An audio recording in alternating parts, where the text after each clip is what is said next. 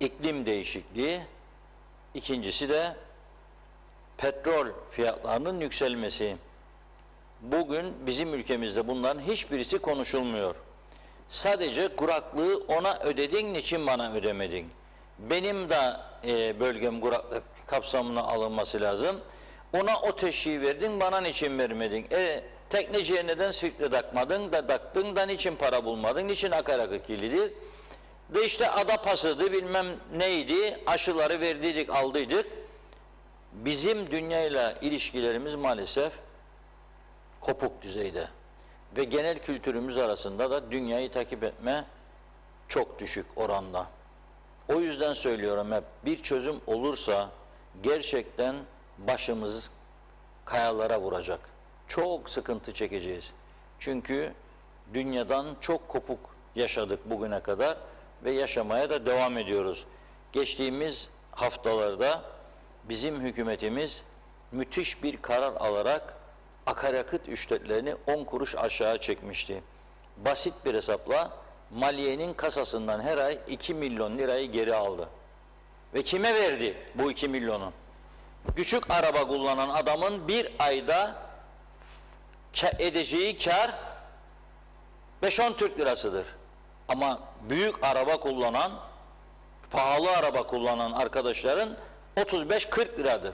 Ne az harcayana karı vardır bu işin, yani 5-6 lira kurtaracak diye, ne de çok kullanana karı vardır. Çünkü çok kullananın zaten 40 lira umurunda değildir. Ve bugün dünya yine gündemde petrol fiyatlarının yükselmesi var. Ama biz hala da o indirdiğimiz 10 kuruşu bir 10 kuruşçuk da üstüne koyup yükseldip de hastanelerin ilaç eksikliğini giderme yoluna gitmiyoruz. Bugün gene Mustafa Bazıbağlı Bey'in bir paylaşımını okudum. Geçen gün gitmiş 10 testin 9'unu yaptıramamış, kit yok diye. Bugün gitmiş, doktorun yazdığı ilaç yok, git özelden al demişler, ona isyan ediyor.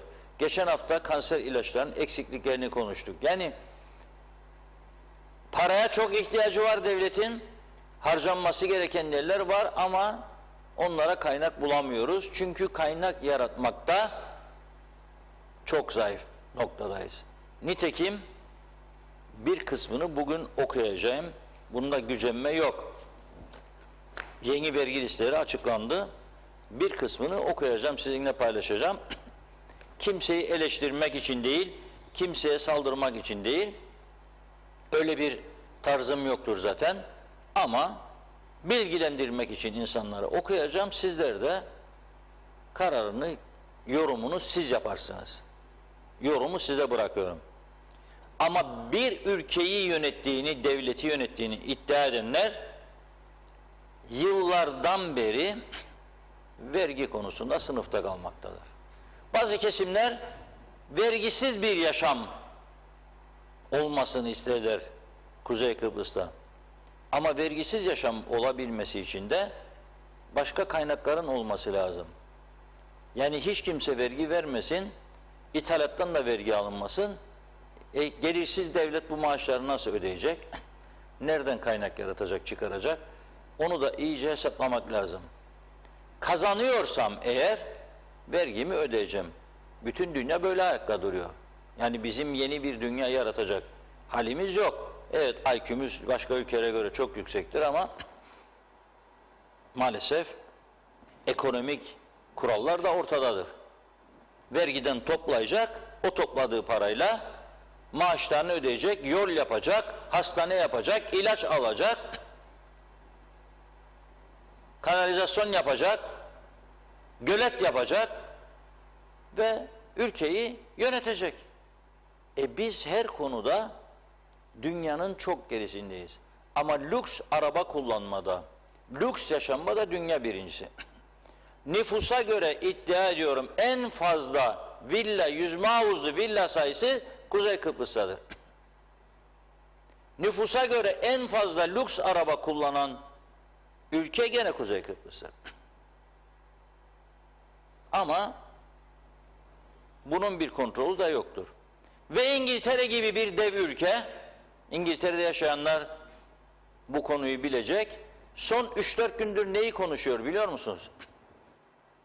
Dünkü İngiliz gazetelerini unuttum getireyim, masamda duruyor. 1970'lere geri dönüşten söz ediyorlar. 3 olasılık diye manşet atan gazeteler var. Doğal gaz krizi var şu anda İngiltere'de. Tam da kış girişinde İngiltere gaz sıkıntısı yaşıyor.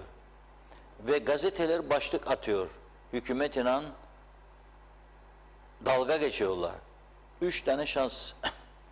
Bir, insanlara %40 artış yapacaksın diyor ki oymuş tartışılan. %40 artış, o zaman insanlar daha az gaz kullanacak ve ıslıklarla idare edeceksin. Ya da 70'e döneceksin diyor, 70'li yıllara 3 günde bir gaz vereceksin diyor. Ve İngiltere'nin Başbakanı Boris Johnson da Birleşmiş Milletler Genel Kurulu'nda yaptığı konuşmada önemli bir konuya dikkat çekiyor. Dünya iklim değişikliğine. O orada gazı konuşmuyor tabii. Dünya iklim değişikliğine. Nitekim görüyoruz, beklenmedik, birçok ülkede beklenmedik hava koşulları meydana geliyor. Sel felaketleri yaşanıyor. Birçok bölge sular altında kalıyor. Biz bunlardan da nasibini almıyoruz ama. Betonlaşmaya devam, yeşillendirmeden uzak, ormanları yakmaya, ağaçları kesmeye devam. Hiçbir denetim yok. Lağımları denize verme, arıtma diye bir düşünce yok. Hazır olanları tüketme, yeme, her tarafı kirletme, pislik, çöp. Bizim gündemimiz maalesef böyle. Dolayısıyla hükümetimize sesleniyorum buradan. Tabii onlar çok değerli fikirlere sahiptirler ama fazla bilgi de göz çıkarmaz. Benim söylediğimi ister dikkate alırlar, ister almazlar. Dünyanın hiçbir yerinde benim bu yaptığımı akıllı insanlar yapmaz. Yani zam yap demez. Zam yapana vurur ki oy toplasın veyahut da destekçi toplasın. Ben diyorum ki senin o 10 kuruş indirdiğin akaryakıt fiyatları yanlış yaptın. Devletin kasasına zarar verdin. Bak dünyada petrol fiyatları yükseliyor. Bak euro da yükseldi. Rum tarafından dalga dalga geliyor bu insanlar. Çok fark oluştu iki tarafın fiyatları arasında. 10 kuruş değil indirmek. 10 kuruş 20 kuruş bindirsen de fark etmezdi onlar için. Lira bindir demiyorum sana. Kuruştan bahsediyorum. Bak sen o zaman ciddi anlamda rahatlarsın. 4 milyon, 6 milyon, 8 milyon kasaya her ay akaryakıttan fazla para gelir. Sen de o parayla ihtiyaçlarını karşılarsın. Yarım kalan yolları bitirirsin. İlaç eksikliğini giderirsin. İster yapar hükümet, ister yapmaz. Yani 10 kuruş petrol fiyatlarını indirdiği zaman bu halka da iyilik yapmadığını bilelim. Hiçbir iyilik yapmadı. Zenginlerin cebine 45 lira daha koydu sadece. Devletin kasasını boşalttı. 45 lira. Zenginler ne yaptı? Liste burada. Zenginler ne veriyor devlete? Liste burada. Üzüldüm bazılarına gerçekten. Para toplamayı düşünüyorum bazı iş adamlarımız için. Yardım yapmak iyi gelecek diye düşünüyorum. Çünkü bu kadar az vergi verdiklerine göre çok az kazanıyorlar ya da hiç kazanmıyorlar. Götürüp biraz destek yapmak lazım. O çifte yüzme havuzlu villaların içinde daha fazla şampanya içmelerine destek olmamız lazım diye düşünüyorum. Mahkeme binası da kapansın Lefke'de. Tabii dün ben söylerken belki tam anlatamadım. Lefke'deki mahkeme binasını Yüksek Mahkeme Başkanı kapattı. Neden? Çünkü yıkılmaya başladıydı bina. Oturduğu koltuk sallanırdı yargıçların çünkü zemin tamam değil. Duvarlar dökülüyor. Tamir edin dedi, mahkeme devam etsin. Etmediler. Tamir edin dedi, etmediler. Bildiğim kadarıyla devamlı da proje değişiyor. Fiyatlar değişiyormuş, proje de değişiyor. Dün çağrı yapmıştım, bugün de yapıyorum. Sayın Yüksek Mahkeme Başkanı'na. Proje maliyeti neyse son devletin hangi birimi yaptıysa, İnşaat ve Planlama Dairesi mesela yaptıysa da verdi, o projeden. Bilgilendirsin bizi, rakamları görelim, bir yardım toparlarız, Maliye Bakanlığı'na da deriz, al bu parayı, bir şartla Lefke Mahkemesi'ni tamir et, binayı, ve açılsın. Çünkü adalet de sarsılırsa bu ülkede işimiz dumandır. Terk etmekten başka çare kalmaz. Çünkü adalet herkese lazımdır. Bakın şu anda cezaevi kapasitenin 2 kat üzerinde mahkum olduğu için onun içinde yargıçlar önlerine ağır suçlar gittiğinde bile öde kefaleti git diyor. Yahu bırakırsa o da düşünüyor bu adamı bırakırsam bu adam kaçabilir de ki çok kaçan oldu. Benzeri bir suç da işleyebilir çünkü vardır o kapasite bu arkadaşta. Buna rağmen öde diyor 5.000 lira, 2.000 lira, 15.000 lira git. Çünkü cezaevi full. Koyacak yer yok. Peki yeni cezaevi ne oldu? Yaptık bitirdik. Orada duruyor yeni cezaevi. Gerçekten gargalar bile halimize güler.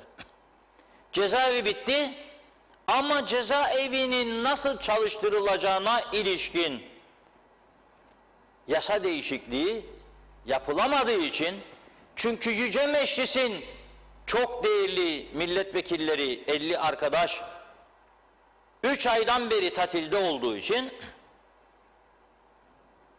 meclisten de geçirilmediği için orada bitmiş cezaevi duruyor, geçemiyorlar oraya.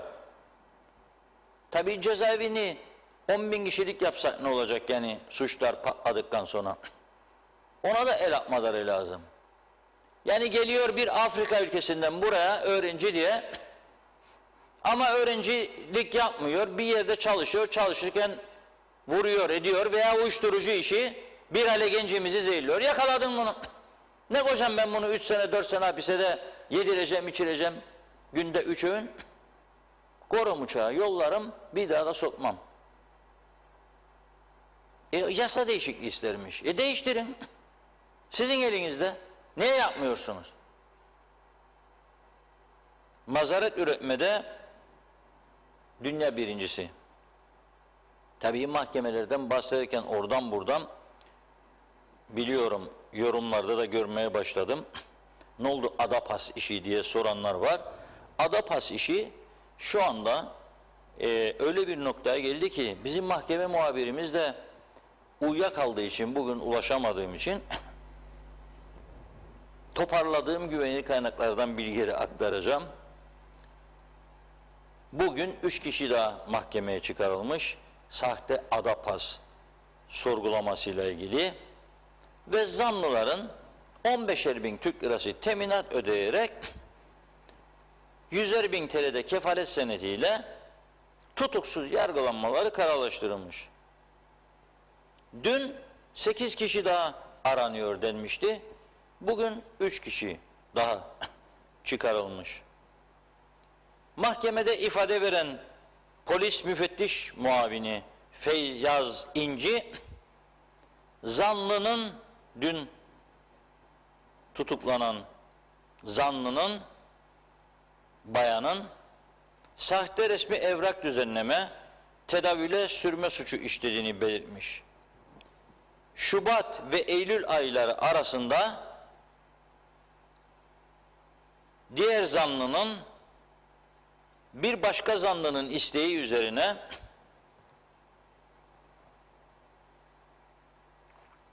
Global Development Eğitim ve Danışmanlık Şirketi'nde aşı bilgi sisteminde kayıt görevi yapan Cem'e ulaşıp zanlı Y'nin yurt dışına çıkış yapabilmesi için aşı olmadığı halde çift aşı olmuş gibi kayıt yaptırma suçunu işlemişler.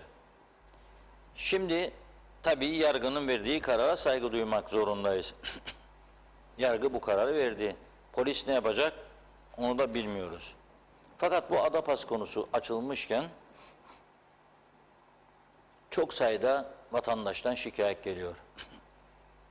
Diyor ki gittim diyor markete, bana diyor Adapas sordu diyor. Veya restorana. Gösterdim diyor Adapas'ı. Geç dedi diyor. Peki be arkadaş diyor, sen diyor o Adapas'ın bana ait olup olmadığını nereden bilin da kimlik istemen benden?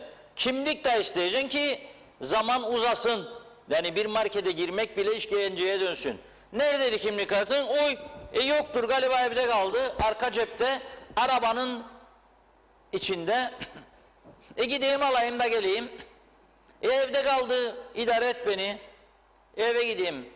Neden Rum tarafında gösterdiğimizde Safe Pass ister onlar?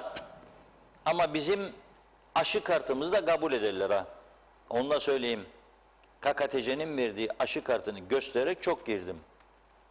Aşı kartı ve 3 günlük antijen testi veya 7 gün geçerlidir PCR. Ben hep PCR yaparım. 7 gün gidip istediğim zaman 7 gün içinde giderim gelirim. Neden Rum tarafındaki adamlar o kartın bana ait olup olmadığını sormuyor? Üstelik ben Türk'üm, buradan gidiyorum.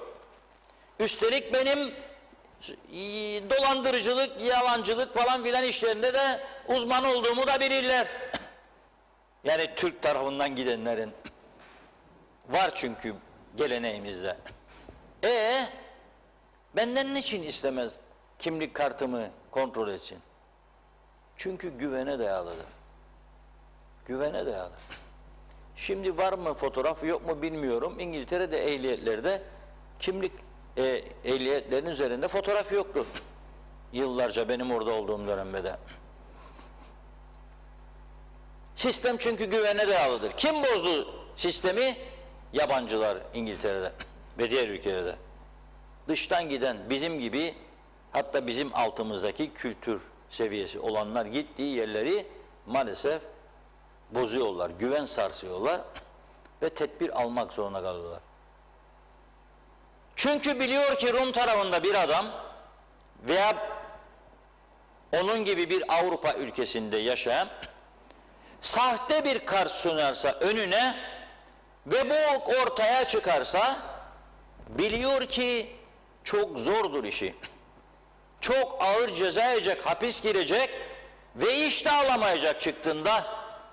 Polis kayıtlarına girdi mi kriminal bir suç, iş alması da imkansız gibi bir duruma gelir.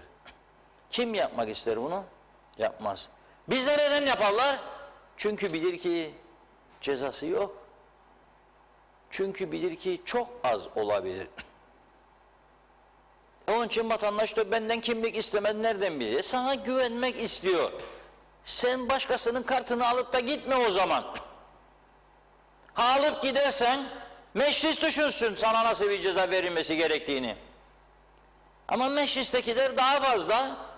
Ya o bizim Mustafa da var, bizim Mahmut da var, bizim Hacer da var. İdare edelim de yanmasın başı ya bunların. Öyledir. Onun için değiştirmezler. Ve sen de onun için bunlardan umutlanıyorsun gelecek bulacaksın diye. Ve bu ülkede daha güzel günler bizim olacak diye. Yok ya, böyle bir şey yok. Umutlanmak için hiçbir neden şu anda yoktur ortada. Belki biraz daha düzgün iş olur. Belki daha az vatandaşlık verilir. Belki işte şey olur. Ama yasalar, o yasalar eskimiş çürümüş orada duruyor. Ya bir kamyon çöpü yolun ortasına döktüğünde 8 Türk lirası olduğunu sol kanatın belediye başkanı söylüyor. Ve partisi iktidardaydı dörtlüde. Ne değişmediler bu yasayı? Niçin değişmediler? Niçin? Çünkü ana gündem o değildir. Ana gündem popülizmdir. Kime daha çok iş yaparım, yağ çekerim? Kimin işçiliğini idare ederim? Hangi örgüt başkanının özel işçiliğini bitiririm?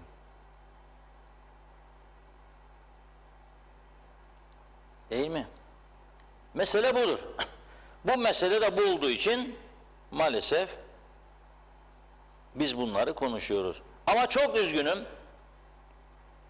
Vatandaş bile diyor ki nereden bilir bana ait olduğunu diyor bu adapasın. Ya meyhaneye gittin. Meyhaneci senden korkuyor. Kamerada varsa, ansın bir denetlemeye gelirse, sordun mu sen adapas? Sordum. Göreyim bakayım kamera kayıtlarını. Yoksa başı belaya girecek adamın. Göster adapasın kardeş, kusura bakma, biliyorsun ya bu şeydir, kuraldır.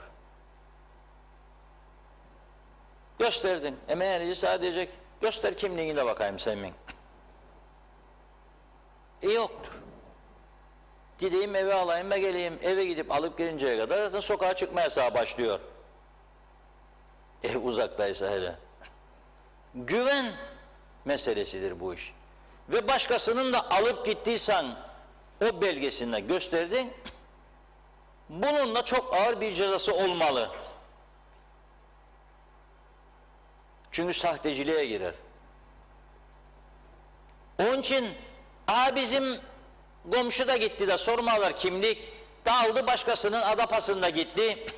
Al be sen de git demeyin sakın birine. Sizi mahkemeye götürmese de biri, polis denetimi pek yoktur çünkü. Polis sayısı yetmez de onun için. Vicdanın rahatsız olmanız lazım. Sahtekarlık yapıyorum, ben olmaz böyle bir şey demeniz lazım. Ne oldu ya, gideceğim bir karpuz alacaktım ben geleyim ya. Çocuğun sütü bitti, sütten oldu komşuluk. Yok, o zaman gideceksin bu adapası çıkaracaksın. Aşını yaptıracaksın yani o zaman. Gerçekten yaptıracaksın. Yok başkasının aşısını. Yok böyle bir şey.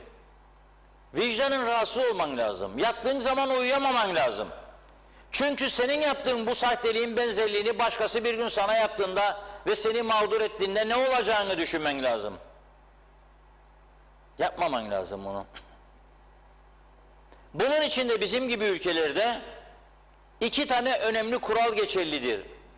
Ama uygulanmıyor bu kurallar. 1, topuz yukarıda olacak. Yani polis denetleyecek ve tutuklayacak. 2, yargıya götürdüğünde seni öyle bir cezalandıracak ki bir daha yalancılığa, sahtekarlığa tevessül etmeyesin. Bu ikisi de bizde eksiktir. Bu ikisi de bizde eksiktir. Polis yetersiz. Polis bazen çok büyük şeyleri istediği gibi yönlendirebilir. Hiçbir şey olmamış gibi ufak hafifletebilir. Çok hafif meseleyi de istediği gibi genişletebilir. Onun için hizmet içi eğitimlerin artırılması, polislerin de iyi Avrupa ülkelerine eskiden gönderildiği gibi, bu ülkeden eskide Özdemir Uzunoğlu vardı. Eski trafik müdürü. Çok dinliyorum. Kendisini zaman zaman telefon açar. Beni gönderdiklerinde İngiliz'e, eğitime, İngiliz bana bunu öğretti diyor. Demokrasinin beşiği neden İngiltere örnek veriyoruz? Çünkü örnek alınabilecek ülkelerden biridir de onun için. Avrupa ülkelerinin çoğunluğunda vardır bu kurallar. Arkadaş, göndereceksiniz. İyi eğitim alacak, gelecek. O da buradakilerini eğitecek. Altındakileri. Vergi dairesinin eski müdürlerinden Göksel Saydam. Bir gün Londra'da karşılaştık. Arkama vurdu yürürken. Hayırdır sen buradaydım? Eğitime geldim dedi. Eğitime geldim dedi. Çok sevindim. Vardı eskiden bu karşılıklı gönderme. Şimdi devam ediyor mu? Hiç duymuyorum. Böyle bir İngiltere'ye gidip eğitim aldırma, vergi dairesi müdürlerine, yardımcılarına. Özel Ekip Bey vardı, Gümrük Dairesi'nin müdürü. Kaç defa İngiltere'ye gönderildiğini. Ama bunlar 74 sonrası daha bu Kuzey Kıbrıs Türk Cumhuriyeti'nde daha bizim meclislerin yaptığı çarpık yasalar yürürlükte değildi. İngiliz döneminden ve Kıbrıs Cumhuriyeti döneminden kalma ciddi yasalar uygulanıyordu. Hizmet içi eğitim vardı. Hepsi bunların paspas yapıldı bu siyasetçiler tarafından. Paspas. Eğitimi yeterlidir, değildir. Pratiği ne kadar yeterlidir bakmadan getiriyor öz kademe, hadi. Tayin ettim seni. Hadi ha. Bak da bu köy senin, bu seçim senin köyden, eğer bütün sandıklar bana çıkmazsa yanına bir daha yapmam seni. Bu yeterlidir. Hepsi için söylemiyorum. Başarılı olanlar, görevini alın teriyle yapanlar, hakkıyla yapanlar istisnada olanlardır. Ama azınlıktır bunlar artık. Yok denecek kadar azalmıştır. Aynı partinin yönettiği bakanlıkta Hasan Bey gider, Mehmet Bey gider. İkisi de aynı partinin adamı. Hasan Bey'in getirdiği müsteşarı ve müdürü aynı partiden gelen Mehmet Bey beğenmez, onları da gönderir. Nerede buldun bu bolluğu? Kim verdi sana bu hakkı? İşte bunu gören iş adamları da ne yapar? Der ki ne vereceğim onlara, parayı da gitsin yedirsin bunlara, yok vermem der. Murakibuna da der, bak nedir bu? Vermem de bunlara bu parayı der. Bak düş aşağı düş. Vermem der.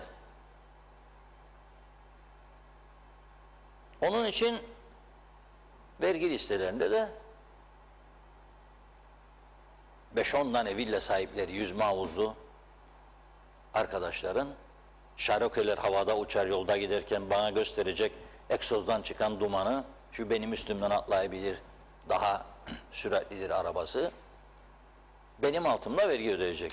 Yok. Siz bu ülkeyi hiçbir yere götüremezsiniz.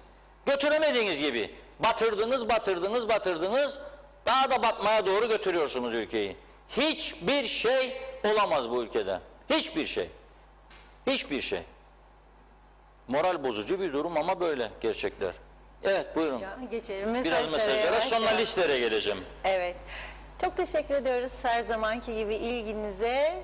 Hızlıca gördüğüm ilk mesajla başlayayım. Gürkan Giritli, sistem değişirse bu ülke ihya olur. Dövizle satış yasaklanmalı diyor. Fatoş Köroğlu iyi akşamlar, iyi yayınlar diledi. Çok teşekkür ediyoruz. Mehmet İnancı da hoş vakitler değerli dostlarım. Ali Özgünel, iyi yayınlar dilerim size. Bugün başıma bir şey geldi. Ben şimdiye kadar hiç test yapmadım. Telefonuma bir mesaj geldi. Testiniz negatif diye. Ben 3 aşılıyım. Bu nasıl bir mantıktır anlamış değilim. Reşat Bey bunu nasıl yorumlar merak ediyorum. Kim bilir kimin test sonucudur. Yapan da bekler diyor. Tema Yavaş, o da iyi yayınlar diledi. Doğan Falyalı, bir bağ maydanoz 4,75 lira. Bağda serçe kuyruğu kadardır. Diğer malların pahalılığını düşünmeyin bile. Adamın aklı durur. Natalya Dede, Reşat abi tespit edilsin kim sahte Adapas kullanıyor, test yapıyorlar ya da sistem değişsin. Bence para cezası verilmeli büyük rakamlarda. O parada kanser ilaçları alınsın yazmış. Gökhan Giritli, 2023'te Finlandiya tamamen elektrikli arabaya geçiyor. Vedat Kerim, Allah Kerim pardon, hayırlı yayınlar diledi o da. Teşekkür ediyoruz. Caner Şefik de. Caner Şefik, gaz dağıtım şirketleri iflas eşiğinde yazmış. Evet, Gürkan Giritli, vergi sistemi değiştirilmeli dedi. Katriye İnatçı, o da hayırlı yayınlar diliyor. Nazime Nalbant, iyi yayınlar, herkese sevdiklerime Londra'dan selamlar, sevgiler olsun. Yine dolar yükseldi, döviz yükseldi. Bu durumlarda Kıbrıs'ın halkına ne olacak? Yine her şeyin üstüne zamlar başlayacak diyor. Ne olursa vatandaşı olacaktır. Duyduklarımız bizi çok üzüyor. Yine kemerleri sıkmamız gerekecek. Evet, her gün ne kadar isterdim iyi haberler duyalım. Sevgilerimle yazmış Nazime Hanım. Kadriye İnatçı, ağzınıza sağlık. Çok güzel konuştunuz Reşat Bey. Kemal Osman Ceyhanlı, konu çok, sorun çok. Nereden tutsan tut elinde kalır. Allah herkesin yardımcısı olsun. Özellikle asgari ücret ve sosyal yardım alanların. Erol Hasan, Avustralya'dan, o da bize iyi yayınlar diledi. Kamil Özelay, Almanya'dan selamlarını yolluyor. Kemal Gözay da iyi yayınlar diledi. İsmail Bükülmez, Reşat Bey, vergi vermeye kimsenin itirazı yok. Fakat verilen vergiler nerede, nasıl kullanılıyor? Devlete insanları dolduruyorlar gereksiz yere. Her para, boş yere para harcıyorlar diyor. Sonra da halktan vergi istiyorlar. Bu akılsız bir davranıştır yazmış. İsmet Ezel, muhtarlık binaları da bitti ama kapılar kilitli. Necdet Mavi Gözlü, Kuzey Kıbrıs Birleşik Afrika Pakistan Cumhuriyeti'nden hayırlı günler, iyi yayınlar diliyor. Hükümet benzine 20 kuruş, 30 kuruş zam yapsın. Rumlara ucuz geliyor benzin fiyatı ama yerli halka ekstra zam, yerli halka ekstra yük oluyor diyor. bakıyorum. Güneyden gelen insanlar sadece oradan benzin koyabilsin. Birkaç yer olsun. 3-5 tane benzin istasyonu olsun. Güneyden gelenler oradan benzinlerini alsınlar ki halk zarar görmesin diyor. Bizde her şeyin üzerine astronomik zamlar zaten yapıldı. Bu iş böyle olmaz yazmış. Aytaç Bey, hayırlı yayınlar. Bir ada pas çıkarmak istedim hanımıma ve benden 30 lira istedi. Çok ayıp. Aynı yerden çıkardım 10 lira. Neyse, bugün Çile Bülbülüm şarkısını çalar mısınız? Saygılarımla arz ederim demiş. Allah kolaylık versin inşallah hepimize. Evet, Zehra Sencer, Karpaz'dan sevgi ve saygıyla selamlıyor bizi. Bizler de sizleri. Necati Emir Halil, Reşat Bey, şimdi İngiltere'de yeni sürüş ehliyetlerinde de foto vardır yazmış. Gürkan Yakış, Reşat Bey'den ricam bir gün kamera gönderip Çatalköy yolunda yaşanan trafik tıkanıklığının hangi boyutlara geldiğini tüm yetkililere göstermesidir. Çünkü umurlarında değildir.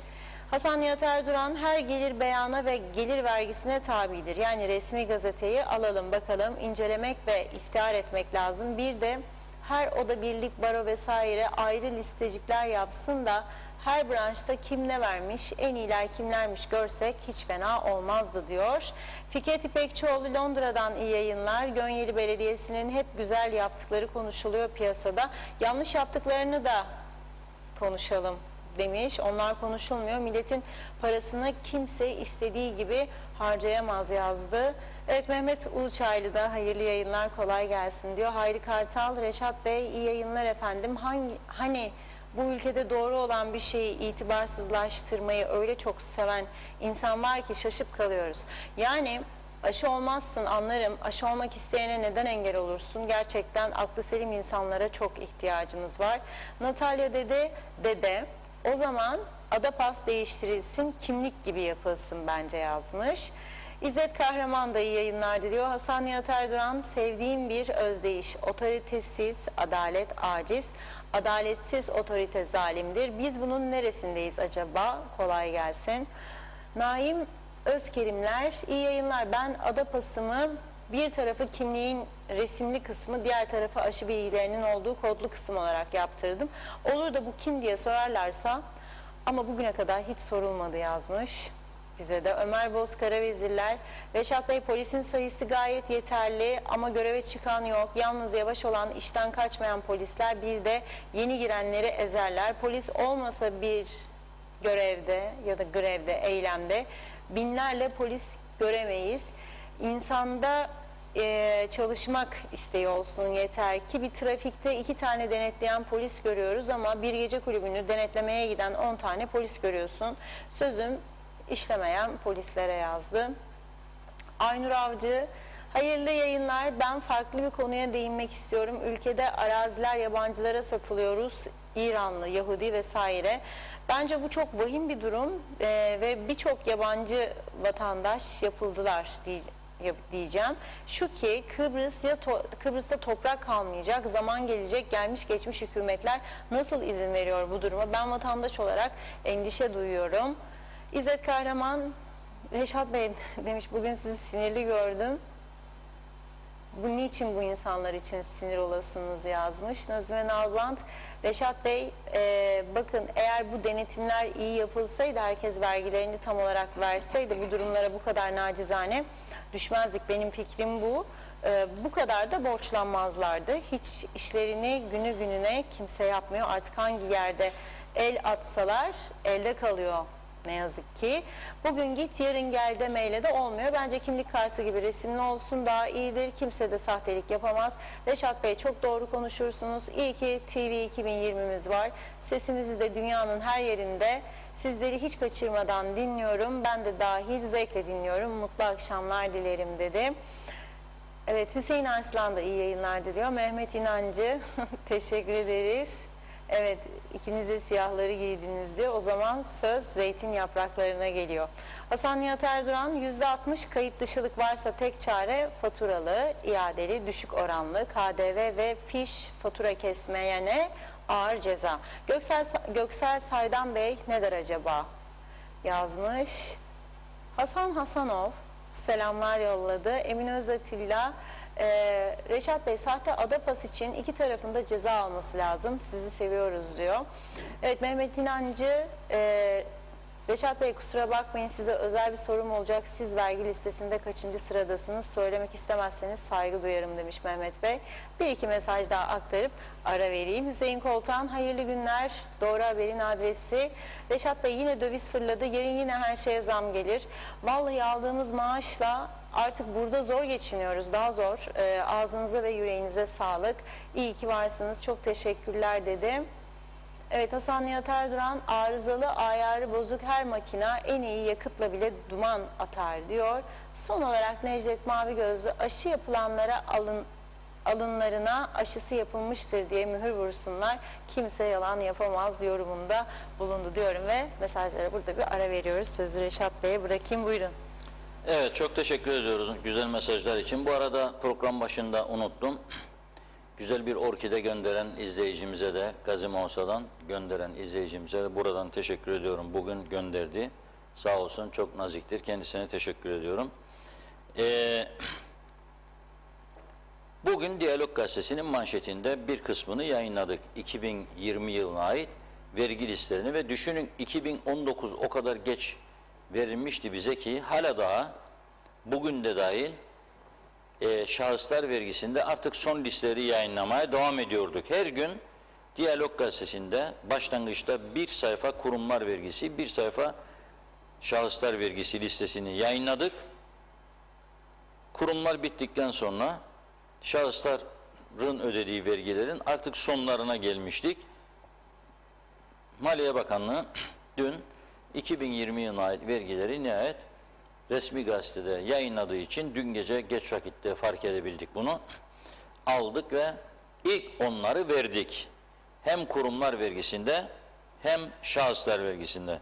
Kurumlar vergisinde ilk onu okuyorum sizlere. Türkiye İş Bankası birinci sırada 681 milyon 807 bin Türk lirası ödemiş. 2. Voyager Kıbrıs Limited Merit grubu 22 milyon 601 bin TL. Tabii Merit grubunun ilk onun dışında kalan listede daha 3-4 tane farklı şirketleri var ki topladığımız zaman birinci sıraya kadar da yükselir. Farklı farklı şirket isimleri var. Aksa, sürekli elektrik konusu açıldığında Aksa'nın adı gündeme gelir. Enerji üretim şirketi 30 milyon 43 bin lira. Türkiye Garanti Bankası 29 milyon 506 bin lira. Credit West Bankası 20 milyon 349 bin lira. Türkiye Ziraat Bankası 19 milyon 722 bin lira. Nicosia Betting 19 milyon 432 bin lira. Kıbrıs Kapital Bankası 19 milyon 176 bin lira. Arkın Investment Limited 15 milyon 843 bin lira. Aydoğan Turizm and Leisure 15 milyon 481 bin Türk lirası 2020 yılında vergi ödemiş. Tahsil edilendir bu okuduklarım. Şahıslar vergisinde son yıllarda hep aynı şahıs. LC Waikiki'nin de bayisi olan Tahir Topal Bey yine bir listenin birinci sırasında 3 milyon 38 bin Türk lirası ödemiş. Burak Başel 2 milyon 187 bin. Jinder Sain yabancı uyruklu birisi 1 milyon 366 bin. Günay Çerkez Bey, kravatımı da 15 bin lira hediye etmiştim kendisine. Kanser hastalarına gitmişti 15 bin lira. 1 milyon 266 bin ödemiş. Mustafa Hacı Ali Bey deyince birçok şey akla gelir. Emlak şirketleri, Kırnı Pilişleri, çok sayıda işletme sahibi. Mete Boyacı, Özer Boyacı'nın oğlu, bildiğim kadarıyla sistemleri içerisinde en önde gelen Üniversitesi, Uluslararası Kıbrıs, daha başka şirketlerin mutlaka vardır. Abdullah Cüneyt Yusuf 1.135.000. Işın Ramadan Cemil, Işın Hanım hemen hemen her sene o da ilk 10'a giriyor. Ramadan Cemil işletmelerinin direktörü 1.065.000. Atlex Samveriler biliyorsunuz en meşhur mağazalarımızdan birinin sahibi Önder Samver Bey 1.031.000. Sami Efe 898.000 Türk lirası ödemiş. İlk onda bunlar. Ve bugün resmi gazeteyi aldık tabii. Şahıslar vergisi var elimde. 12.000 kusur isim var tabii, bunların hepsini okumam mümkün değil. Ama bana bir soru geldi, ben ne kadar ödedim diye. Bugün okuyacağım listelerin içerisinde benim adım da vardır. Şöyle bir okuyabildiğim kadar okuyayım istiyorum. İlk onu okudum size, dolayısıyla geçiyorum. 11'de de başlıyorum. Önder Samver Bey'in kardeşi geliyor, Ahmet Samver Bey. Devam ediyorum. 12'de İktisat Bankası'nın sahibi Mete Özmerter. Ve devam ediyorum. İbrahim Hakan Burçebe. Biraz da şeyi vereyim. Mesela Ahmet Samver Bey 857.000 lira demiş. Mete Bey 819.000. İbrahim Hakan Börteçene 813.000.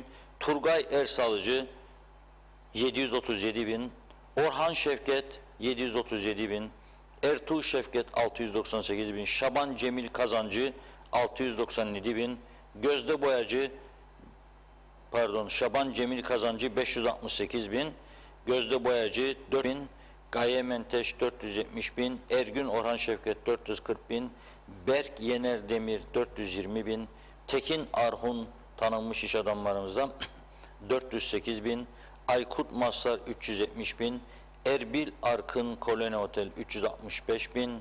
Bertan Özberkman 343.000. Bahadır Özel 343.000. Selami Kaçamak 316.000.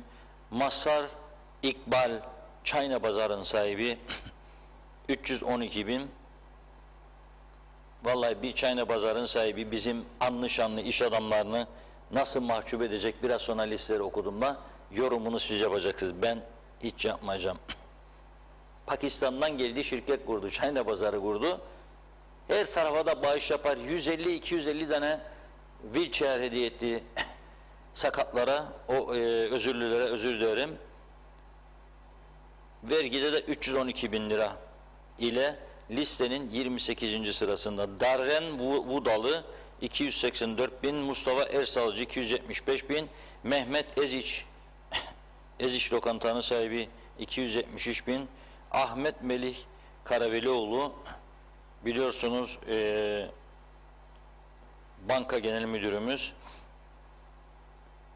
269.000, Esin Esmen 268.000, Osman Karmen 268.000, Özcan Tekgümüş 268.000, Canev Denler 267.000, Mine Ersözlü 264.000, Kaan Erülki 260.000, Ali Erülki 257.000, Ozan Emin Dayı 253.000, Sait Ersözlü 251.000, Seda Özberkman 247.000, Enver Haskasap 230.000, Ömer Arhun 230.000, Mehmet Hatay 212.000, ortağı Engin Yeşilada 210.000, Ali Çağatay Karip 207.000 Türk lirası ödemiş.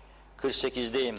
Gökhan Ecesoy 203.000, Necat Ertuğrul 203.000, Oktay Çınar 200.000, Tamer Şeker 199, Mehmet Küçük 196, Ayşe Necdetgil 191, Savaş Esendağlı 190, Aydın Durmaz 189, Yüksel Akay 186.000, Arif Sezerli 186.000, Mehmet Necatigil 186.000, Emin Tanlı 184.000, Ahmet Mustafa Gombos 181.000, Gürhan Ecesoy 181.000, Mehmet Ali Refikoğulları 181.000, Çağatay Özbirim 179.000, Deniz Necatigil 177.000, Günhan Ecesoy 177.000, Pembe Fikri 176.000, Yaakov Afik 175.000, Ünsal Hasansoy 171.000, Feray Yağcıoğlu 169.000, Erten Nicat 166.000, Bülent Haydar 162 bin, Gizem Saraç 159 bin, Vedat Ertüngü 154 bin,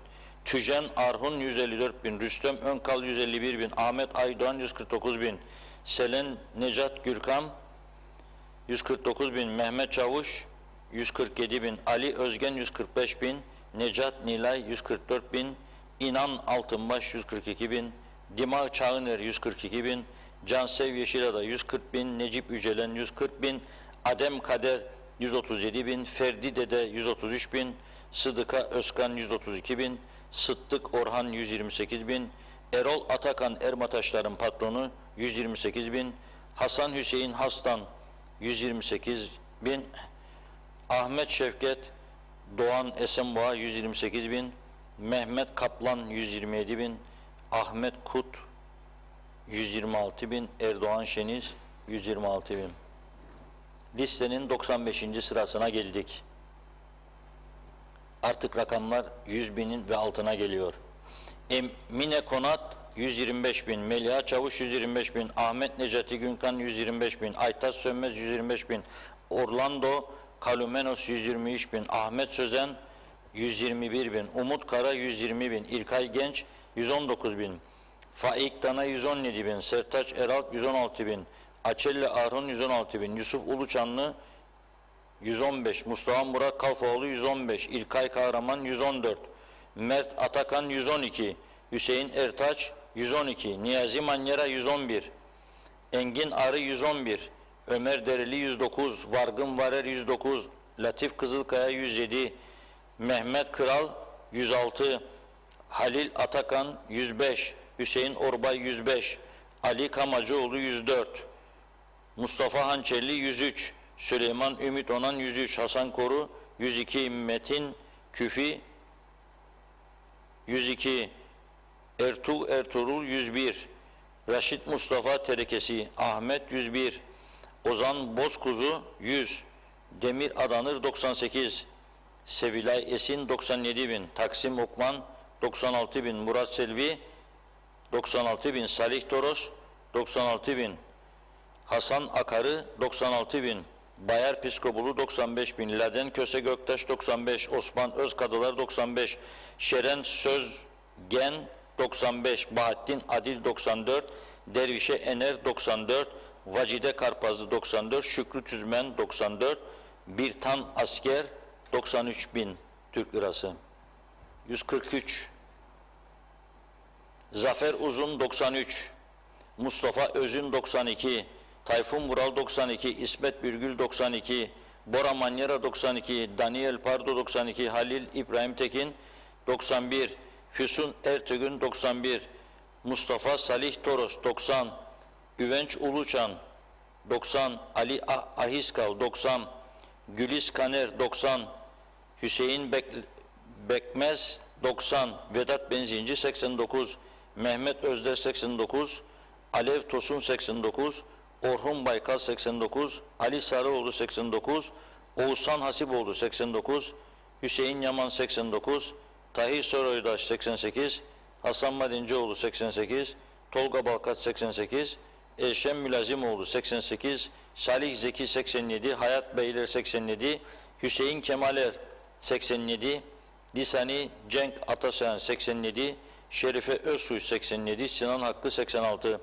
Doktor Sula Usar İncirli 85, Mustafa Şevketoğlu 85, Ali Hançerli 84, Serhan Kaner Ahmet 84, Metin Asil 83, Ömür Cin 83, Hiçtat Kanat 83, Adem Kaan Kaner 83, Mehmet Can Demir 83, Kemal Karpazlı 83, Hüseyin Yıkıcı 83, Abbas Karaya 83, Mehmet Uzun 83, Mahmut Çankaya 82, Zihni Altun 82, Çağıl Tarimer 82, Mehmet Benli 81 bin. 189'a geldik. Çok okumayacağım, yani biraz daha dururum. Alper Özsorun 81, Sofu Altınbaş 81, Doktor Tunis Özdoğanoğlu 81, Halide Ahmet Aşit 81, Tolga Ahmet Aşit 81, Özbil Aroğlu 81, Emin Uzun 80, Namık Korkmaz Han 80, Ömer Özgür 80, Oral Sönmez 80, Ersoy Bullici 80, Hasan Çerkes 80, Ayten Beyer 79, Kemal Kamiloğlu 79, Uğur Beyaslan, Bey Salhan 78, Turgay Deniz 78, İzdem Gürçağ Altuğra 77, Mustafa Genç 77, Hüseyin Erdal 77, İbrahim Kasap 77, Gizem Aksun 76, Kutlu Evren İçişleri Bakanımız 76, Aziz Lemasoğlu 75, Çağrım Taramer Öncü 75, Ahsen Karapınar Ayalı 75, Ahmet Karaca 75, Cenk Conkbayır 75, Murat Özdenefe 75, Eda Erkman 74, Mustafa Kemal Sayın 74, Ahmet Bardak 74, Hasan Yeniliyor 74, İzzet Çınar 74, Eray Özseyhan 74, Çiğdem Tarımer Sarı 74, Bilinç Dolmacı 74, Dahhan Akarı 74, Mustafa Ahmet Raşit 74, Özlem Şahoğlu 74, Hasan Topal 73, Çağdal Atakan 73, Ahmet Gürpınar 73, Kayhan Sonsal 72, Aktan Ali Tümsoy 72, Mine Küfi 72, Tamer Tüm 72, Ahmet Damdelen 71, 235'i tamamladık. 236'ya geçiyorum. Firuz Fehmi 71, Fuat Kutlu 71, Handan Ekener 70, Turhan Çekin Kaymak 70, Ahmet Arabacıoğlu 70, Ramazan Cemil Deppa 70, Fatma Çoktan 70, Ahmet Serte 70, Esra Onan 70, Ayşe Eziç 70, Adil Öztunç 70, Mehmet Ali Kırmızı 69, Fevzi Şapmak 69, Umut Özgün Alp 69, Yıldıray Ayan 69, Hilmi Konde 69, Bahtiyar Mammadov 69, Esra Erjantan Yetkili 69, Mustafa Kırmızı 69, Nazım İleri Topal 69, Mehmet Şükrü Tunaveysi 68, Ertuğ Kader 68, Yeşim Turgut 68, Hakan Özdemir 68, Ali Eninanç 68, Ahmet Bozok 67, Ali Öztinen 67, Davut Solyalı 66, Füsun Ülkü 66, Mehmet Saydam 66, Nidai Deniz 66, Seydan Sonya 66, Aygün Sarıoğlu Konde 66, Zalihe Kamburoğlu 66, Nihal Menteş 65, Fikri Yanıkkaya 65, Eral Necat 65, Sertaç Avnioğlu 65, Fatma Türkal 65, Halit Ahmet Raşit 65, Eral Osmanlar 64, Mehmet Dağlı 64, Mehmet Kader 64, Osman Ali Ağaoğlu 64, Şerife Damdelen 63, Şerife Ali Baba 63, Ece Çelik 63. Listenin bu arkasında okuduğumda 329'da duracağım. Sonra başka gün gene devam ederiz. Rasiya Şensoy 63, Betül Erkman 62, Sefa Aydın 62, Gürsel Uzun 62, Levent Söyer 62, Ayşe Bilge Sözü Öz 62, Şemsi Erkman 61, çok önemli bu. Doktor Şevket Altürk 61, Bilge Öney 61, Yaprak Özyalçın 61, Halil Tozak 61, Serhan Çınar 61, ünlü avukatımızdır Serhan Bey. Çağkan Aksoy 61, Serhan Genç 61, Arkun Zeka 60, Ahmet Raşit 60, Mustafa Mitiner 60, Erhun Özgöray 60, Kani Tanaydın 60, Hasan Genç 60, Perran Söyer 60, Salih Kayım 60, Reşat Akar 60, İsmail Soydan 59, Mehmet Boyacı 59, Levent şirketinin sahiplerinden Mehmet Boyacı Bey. Deniz Özmerter 59, Ahmet Yağcıoğlu 59, Emine Kiracıoğlu 59, Niyazi İbrahim Niyazi Niyazi İbrahim Ziya 59, Hasan Akarçay 59, Mehmet Zorba 59, Erdem Beyoğlu 59, Sinem Bozalp Selvi 58, Enver Sedat Simavi 58, Mustafa Reşit Ahmet 58, Bilal Mercan 58, Tülin Manyera 58, Ömer Bullici 58, Hasan Mevlid 57, Ali Taner Fikri 57, Dilek Rahmioğlu 57, Mehmet Nacaroğlu 57, Adil Öztürk 57, Tunç Şirintona 57, Mustafa Hakan Biçentürk 57, Söyle Rahimoğlu 57. Bu 329'un içinde ismini duyamadığınız çok ama çok ünlü iş adamlarımız var, değil mi? İlk 327'nin içine giremediler. Neden? Neden giremediler? Çünkü sistem, Kuzey Kıbrıs Türk Cumhuriyeti sistemi maalesef ve siyasi partilerle olan kişisel ilişkiler, seçim dönemi siyasi partilerin piyango biletleri meselesi maalesef böyle uygulamalara yönlendiriyor ülkeyi. Ben okudum. İlk 327 yorumunu size bırakıyorum ama daha çok isimler var. Bunları her gün hangi kurum ne kadar kurumlar vergisi ödedi, hangi şahıs ne kadar şahıslar vergisi ödedi, Diyalog gazetesinde her gün bunları bulacaksınız. Nitekim her sene veriyoruz bunu, yani bu seneye mahsus değil, her sene veriyoruz. Bunlar açıktır, kamuoyuna açıktır, resmi gazetede yayınlanan bilgilerdir, gizliliği yoktur. Vatandaşların bilmesi açısından yorumsuz bir şekilde yayınlıyoruz. Yorumu vatandaşlara kalmıştır. Bana sorarsanız bir göz attım 5-600'ün içine, çünkü önümdeki liste 1000'e kadar falandır. Mümkün değil, yani program yetmez okuyayım. Bir göz attım ilk 1000'in içine. Bazı isimleri gördüğümde dudaklarım uçukladı. Helal olsun be dedim.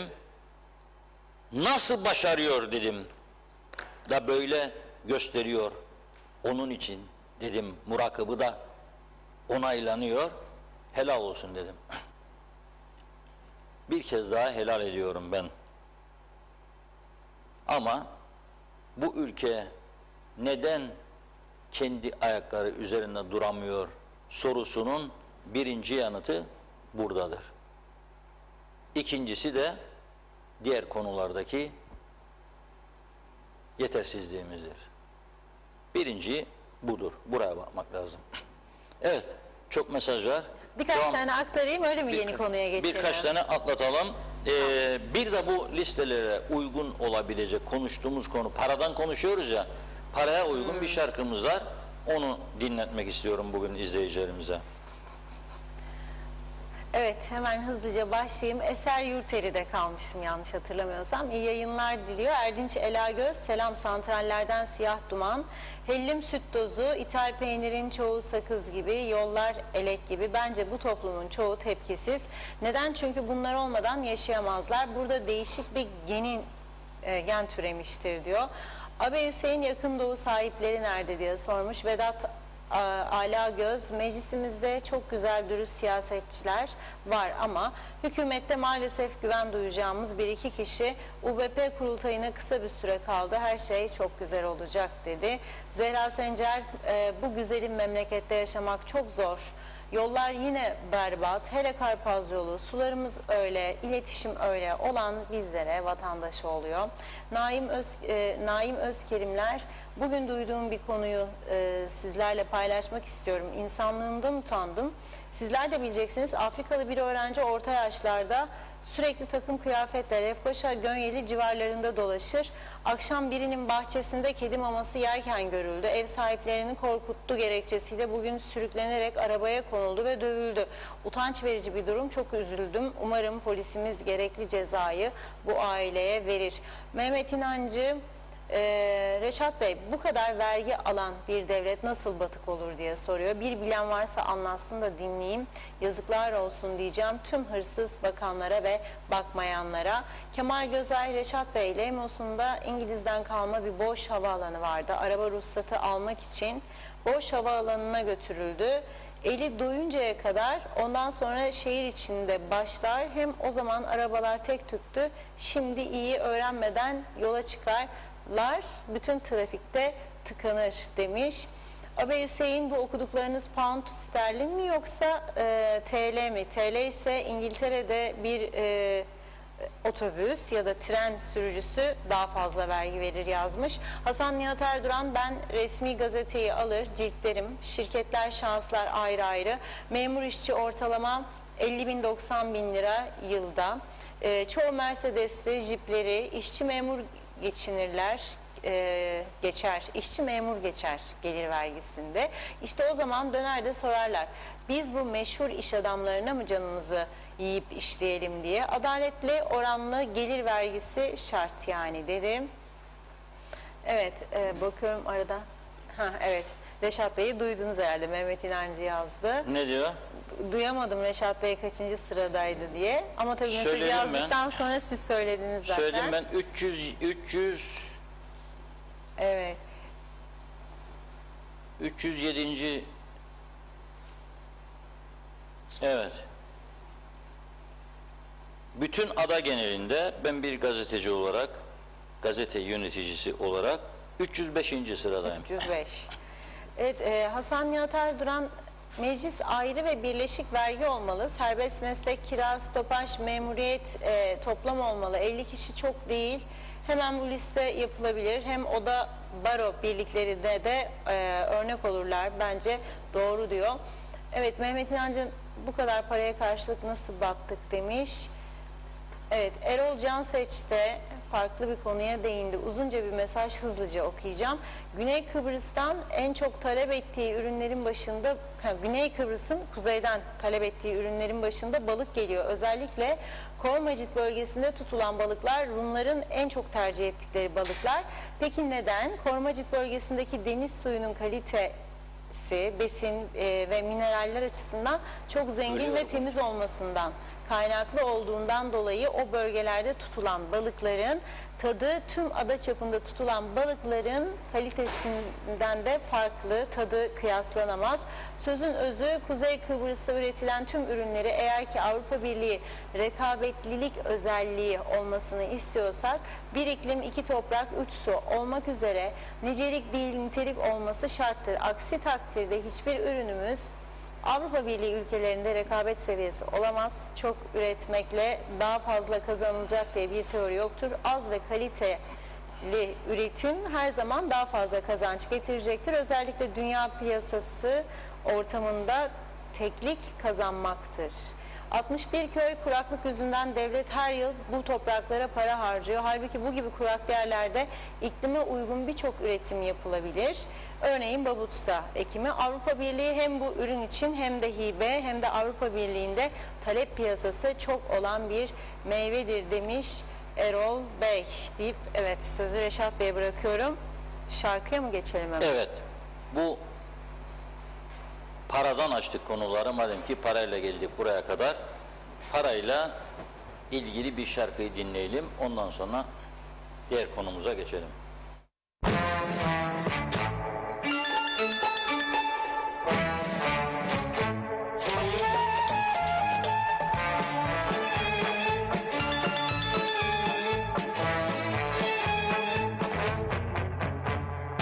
Gariptir insanoğlu neler yaratmış, yarattığı her bugün dünü aratmış. Aklı ile her şeyin sırrını bulmuş, kendi yarattığı putun kölesi olmuş. Ah para para para, para para para, varlığı bir dert, yokluğu yara. Para para para, para para para, varlığı bir dert, yokluğu yara. Çerçeveletir kimi asar duvara, kimi onu bulunca dost doğru bara. kimi sıkar elinde çıkarır suyunu, kiminin değiştirir güzel huyunu. Ah para para para, para para para, varlığı bir dert, yokluğu yara. Para para para, para para para, varlığı bir dert, yokluğu yara. Şey demiş Napolyon, para para para, İnsanlar öldürülür onun uğruna. Servetin ulaşsa da 100 milyonlara, kefeninin cebine sığmaz bir tek lira. Ya para para para, ille de para para, varlığı bir dert, yokluğu yara. Para da para da para, para para para para para, varlığı bir dert, yokluğu yara. Unutmayın her şeyi yaratan biziz. Matbaada parayı basan ellerimiz. Sanmayın onun hükmü değişmez yasa. Para neye yarardı eller çalışmazsa? Para para para, para da para para, varlığı bir dert, yokluğu yara. Para para para, para para para para para, varlığı bir dert, yokluğu yara. Para para para, para da para da para, yokluğu başka dert, fazlası bela. Para para para, para para para, gömeceğim seni bir gün mezara. 100 bin, 500 milyon, 10 milyon, 30 milyon, 100 milyon veriyorum. 10 lira borç versene. Üçün ikisinden yürümüş. Zam geliyor. Konular ne oldu? Eyvah enflasyon. Oh enflasyon kim? Denizde kum onda para. Paran kadar konuş. 5 para etmez. 50 bin hasarı. Ne alırsan 5 lira. Kaç paralık adamsın? Gecesi 500'den aşağı olmaz. Ah şu pa.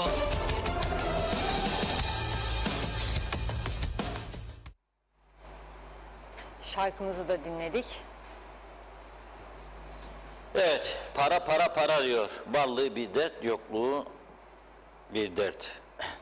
Ama tabii ki kazandığımız gibi vergimizi de vermesini bilmemiz lazım. Ve bu verginin de bize iyi bir şekilde dönmesi için de elimizden geleni yapmamız lazım. Şimdi polis sayımız yeterli diyor bazıları. Polis sayımızın yeterli olduğuna inanmıyorum. Kadrosunda 1000 tane eksik var. Eğer polis sayımız yeterli olsaydı bu ülkede trafik kazaları çok aşağı çekilirdi. Çünkü daha çok denetim yapılırdı. Bu ülkede birçok olayla daha kolay baş edilirdi. Ama bakınız polis nelerle uğraşıyor. Adapas sahteliği de çıktı şimdi. Efendime söyleyeyim trafik kazaları, uyuşturucu. Dün Güney Kıbrıs üzerinden 1 kiloyu aşkın uyuşturucu bizim tarafa geçti. Düşünebilir misiniz? 1 kiloyu aşkın uyuşturucu. Kim yakalandı? 3 tane Suriyeli. Çünkü bunları biliyorlar, parasız, göçmen, ihtiyacı var. Koy çantaya getir diyor. Yakalanırsa Suriyeli yakalandı. Peki kim getir diyor bunu? Kimdir patron? Polis isterse bulur çıkarır. Çıkarmak için ekibi olması lazım. Güçlü olması lazım. Ama bunun gibi çok olay. Gazetelerin ilk 3-4 sayfasını çevirin. Adli haberler var. Çok suç var. Çok olay var. Bir daha ile içerisi şiddet olaylarında çok artış var. Uyuşturucu zaten patladı dedim. Dolandırıcılık, sahtecilik, trafik, şiddet, bir yığın olay polisin ilgilenmesi gereken. Ve işte o yüzden de korku kalmadığı için ne oluyor?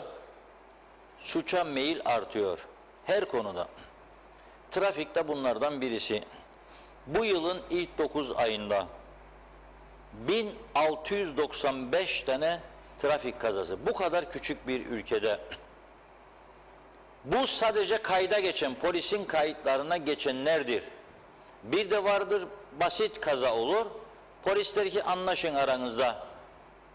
Bir arabaya tık vurdunuz, arkadan o durdu, ani fren yaptı veya yapmasa da çok yaklaştınız, vurdunuz. Az bir hasar var, anlaşın aranızda. Kayıt tutulmasın. Tutulmaz. Bunlar benim söylediğim rakamlar, polisin istatistik bilgileri ve kayıtlara geçmiş kazalar.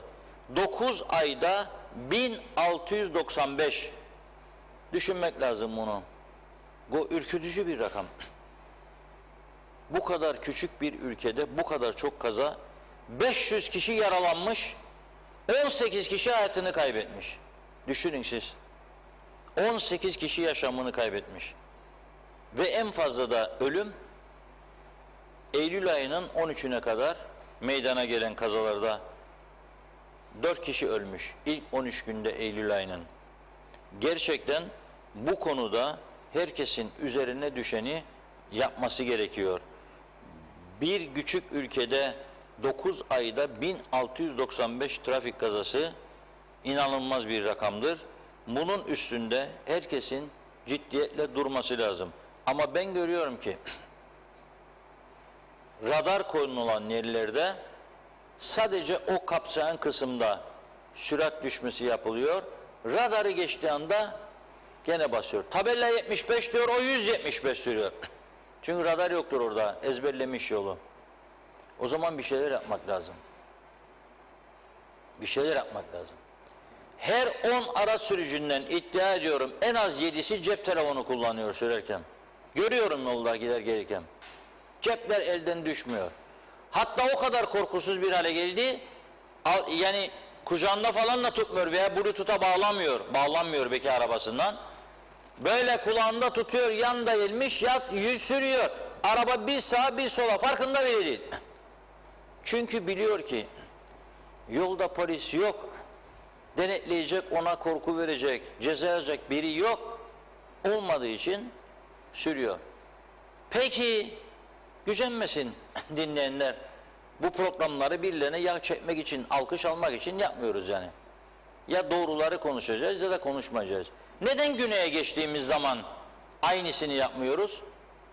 Neden sınır kapısının ötesine geçtiğimizde kemerler bağlanıyor? Neden cep telefonla elimizi sürmüyoruz? İsterse sürsün. İsterse sürsün. Bizim bir arkadaşımız kırmızı ışık yandığı zaman telefon çalmış, kırmızıda durduydum diyor. Aldı eline telefonu diye oradan geçen polis onu gördüğünde bastı cezayı. Hem de yüklü miktarda. Hadi bakalım. Bizim tarafta bu korku yok. Bizim tarafta denetimsizlik var. Bizim tarafta yetersizlik var. Cezalar da düşük. Dolayısıyla caydırıcı olmadığı için de hiçbir şey yapamıyorlar. Şimdi meclis açıldığı zaman toplanacak mı toplanmayacak mı tartışması yapıyoruz ama bu meclisin önünde çok acil yasalar var bekleyen. Nedir bu yasalar? 1, işte bu trafik cezaları. 2, uyuşturucu meselesi. Yani trafik kazalarında ölümlü olan bir kazada mahkemenin verebileceği en yüksek ceza 7 yıldır. Ve hiçbir zamanda yargıçlar 7 yıl ceza vermiyor. Çünkü hafifletici nedenlere bakmak zorunda. İlk defasıydı. Geride bakacağı bir ailesi var. İşte özür diledi. Sonuç alınması için mahkemeye yardımcı oldu gibi nedenlerde işin içine girdiği zaman 4 yıl ölümlü kazada, 4,5 yıl, 5 yıl bir ceza alıyor. Ondan sonra da her yıl için 3 ay hafifletici nedenler var. O nedenlerde birleştiği zaman 4 yılda 12 ay zaten kurtarıyor. O da 3 yıla düşüyor. Caydırıcı değil cezalar. Aynı şekilde diğer suçlarla ilgili olarak da. Çevremiz çok kirlendi. Rezil bir durumda. Çevremizin temizlenebilmesi için öncelikle caydırıcılık lazım. Efendim bu bir kültür işidir. Olabilir, kültür işidir. Madem ki böyle bir toplum olduk, kültürsüz bir toplum olduk, madem ki kontrolsüz olduk, o zaman cezalarla bunu aşağılara çekmeye Gayret etmemiz lazım. Ama yok da bir kamyon çöpü yolun ortasına dökersem 8 Türk lirası. Peki evimin yanındaki komşu ya oda ilavesi yapıyor diye, ya duvarına sıva çekecek diye getiriyor bir kamyon çakıl kum. Bunun yarısı veya yarıdan azı kalıyor orada ve 10 sene kaldırmıyorsa ben o ömür billah onun bir rüzgar çıktığında bahçesinden savrulan kumu mu çekmek zorundayım ciğerlerime? Evimin içine girecek kumlarla mı yaşamam lazım? Nedir bunun yolu? Başka ülkeler bununla nasıl baş ediyor? Mümkün değil. Bir arkadaşımız gazeteci kökenli dün bayağı fotoğraflar paylaşmış, üzülmüş. Lefkoşa'nın organize sanayi bölgesinin. Hani kuruyoruz ya güvercinliğe de bir tane. Lefkoşa'yı halledelim de. Pisliğin resmidir diye bir de başlık koymuş sosyal medya paylaşımına. Çok sayıda fotoğraf yayınlamış. Peki tamam, belediye zamanında gelip kaldıramıyor bunları da biz neden döküyoruz sokaklara bu çöpleri? Biz neden döküyoruz? Çünkü adam biliyor ki, duyuyor da. Ne olacak ya, ben şimdi dükkanın önünde mi tutacağım çöpleri? Belediye de bir ay oldu gelmedi kaldırsın. Ne yaparım? Götürürüm dökerim. İleride bir yere. Ama başkasının iş yerinin yakınına dökmüşüm. Ya orası doğayla iç içeymiş. Yok. Dökerim oraya, giderim. Cezası var mı? Yok. Kontrol eden var mı? Yok. Bu rahatlığı da bulduğu için arkadaşlar maalesef yapıyor. Bizim de bu bulunduğumuz Diyalog Medya'nın bulunduğu medya binamızın karşısına defalarca ben insanların çöp dökerken, insanları gördüm çöp dökerken ve tepkimi de koydum. Ama bitti mi? Bitmedi. Buraya dökmez, biraz ileriye gidip döküyor. Bunun denetlenmesi lazım. Belediyenin bunları kontrol etmesi lazım. Vergileri topluyorsan temizlik konusunda da daha titiz olman lazım. Ve ceza yazması lazım. Hem belediyenin hem çevre dairesinin. Onlara söylediğimiz zaman onlar da diyor ki kusura bakmayınız arkadaşlar, bizim diyor ceza yetkimiz çok yetersiz ve caydırıcı olmuyor diyor. Olmayınca da maalesef sonuç bu. Bu konuda sivil toplum örgütlerinin gerçekten, eğer bu trafik kazaları hepimizi rahatsız ediyorsa, yani bir şeyler veriyorsa bize bir mesaj, ya bu ülkenin en önemli sorunu haline geldiği, bu işle ilgilenelim diyorsa, bu konuda fikir üretmesi ve devleti yönetenleri zorlaması lazım. Bu sadece benim veya başka birkaç kişinin konuşmasıyla olacak bir durum değildir maalesef. Ümit edelim, pazartesi günü New York'ta üçlü bir toplantı olacak liderlerin. Bunu da dediğim gibi defalarca söyledim ve söylemeye devam edeceğim. Hala daha bizim taraftan resmi bir açıklama yapılmadı. Rum tarafından öğreniyoruz. Ve Rum lideri bunu teyit etti. Yemekli bir toplantıda beraber olacağız. Hatta Rum lideri masaya ne koyacağını da açıkladı. Dedi ki 60'a dönüş anayasasını koyacağım masaya dedi. Ben bunun tartışılmasını istiyorum dedi. Ben de diyorum ki bizim bu saatten sonra kendi kendimize çekidüzen verebilmemiz için bu Avrupa Birliği şartlarının adanın tümünde egemen olması lazım. Ve Rum tarafında fanatizm, Rum ordusu güçleniyor, elan var, şu var, evet görüyorum, tedbirimizi alalım, güvenliğimizi garanti altına alalım şimdiki gibi. Ama Avrupa normlarının uygulanacağı bir düzene girelim artık. O da çözümle mümkündür. Yeşil Hat tüzüğü var. AB kuralları Yeşil Hat sınır neyse oraya kadar geliyor. Oradan bu yana geçerli addedilmiyor. Bunun olabilmesi için çözüm yolunda olumlu adımların atılmasını diliyoruz. İnşallah pazartesi günü müzakerelerin yeniden başlaması çerçevesinde olumlu bir karar çıkar ve inşallah yakın bir gelecekte liderler masaya oturur, çözüm yolunda adımları atarlar. Başka türlü ben bu şartlarda hele dün 13 partiden söz etmiştim. Sonra program bitince uyarıldım. Dediler ki bir partiyi atladınız dediler. Ne o dedim? Bir de Milliyetçi Demokrasi Partisi var. Doğru dedim, unuttuk. 13 oldu 14 şu an için. 14 tane siyasi partinin katılacağı bir seçim düşünelim. Şu an 6 parti var mecliste, tek parti iktidarı yok.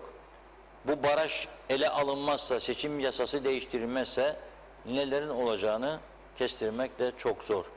O yüzden bakıp kendimizi toparlamamız lazım ve bir gelecek için hazırlanmak lazım. Gelecek bu kadar olayı yaşayan insanlar olarak görmemiz lazım ki bir Avrupa geleceğiydi. Bu çözüm yolunu açmak için her iki tarafın da fedakarlık yapması lazım. Üzerinde düşen görevi yerine getirmesi lazım ve Kıbrıslı Türkler de bir Avrupalı yaşamı hak ediyor. Bunun için çalışmak lazım.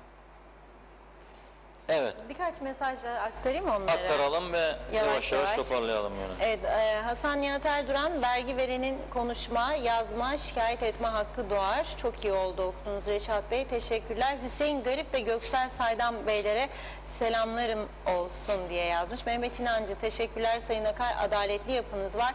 Benim gibi yüzlerce Kıbrıslı sizi takdir ediyor diyor. Nazime Nalbant, ağzınıza yüreğinize sağlık. Senin ve Reşat Bey'i de mutlu akşamlar. Seviliyorsunuz. Teşekkür ederiz. Hasan Nihat Erduran, Mehmet İnancı, insanımız ekonomik sorunlardan bitap duruma düştü Reşat Bey. Bir taraftan da pandemi, hastalıklar, iyi beslenemeyen vatandaş trafikte düşündükçe kırılıyor, dikkatleri dağılıyor. Hasan Nihat Erduran, 100 bin nüfusa 8, 100 bin nüfusa 5 olarak hedeflendi Avrupa Birliği'nde ölümlü kazalar olarak. 400 bin olsak yılda 20 ölümlü kazayı geçmememiz gerekir bir yılda. Bir de polis ağır vasıtaları tartması lazım.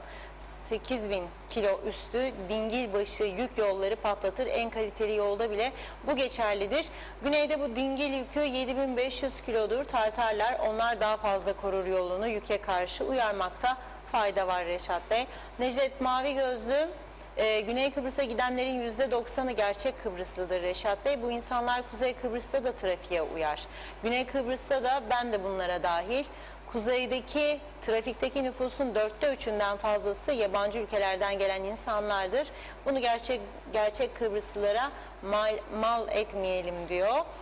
İsmet Ezel, Gazi Sanayi de zibilhane diye yazmış. Bakıyorum.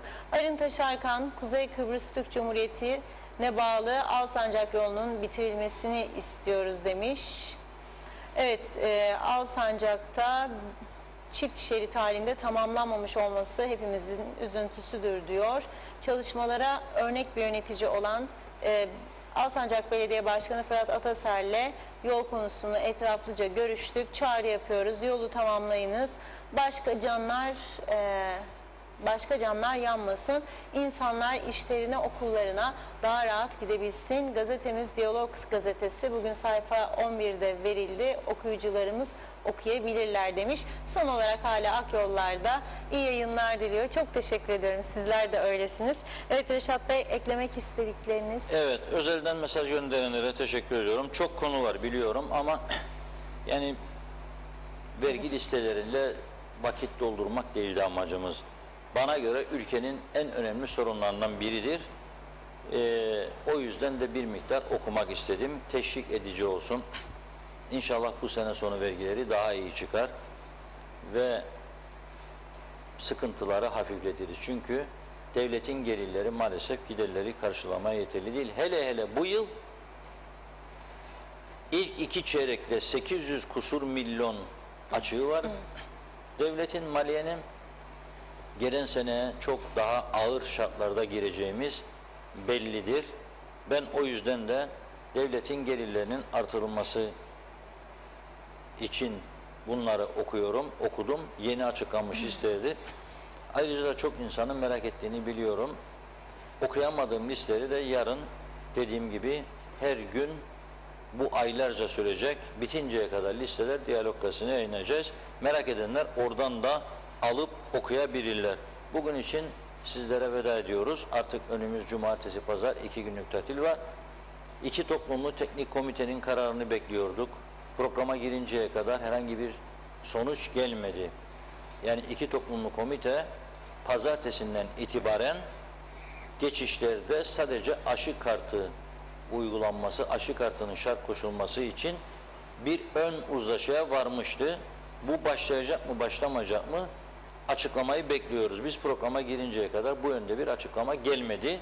Ama gelirse haber bültenlerimizde bunları sizlere aktaracağız. Çok teşekkür ediyoruz. Biz de size teşekkür ediyoruz. Evet sevgili izleyenlerimiz, programımızın bugünlük sonuna geldik.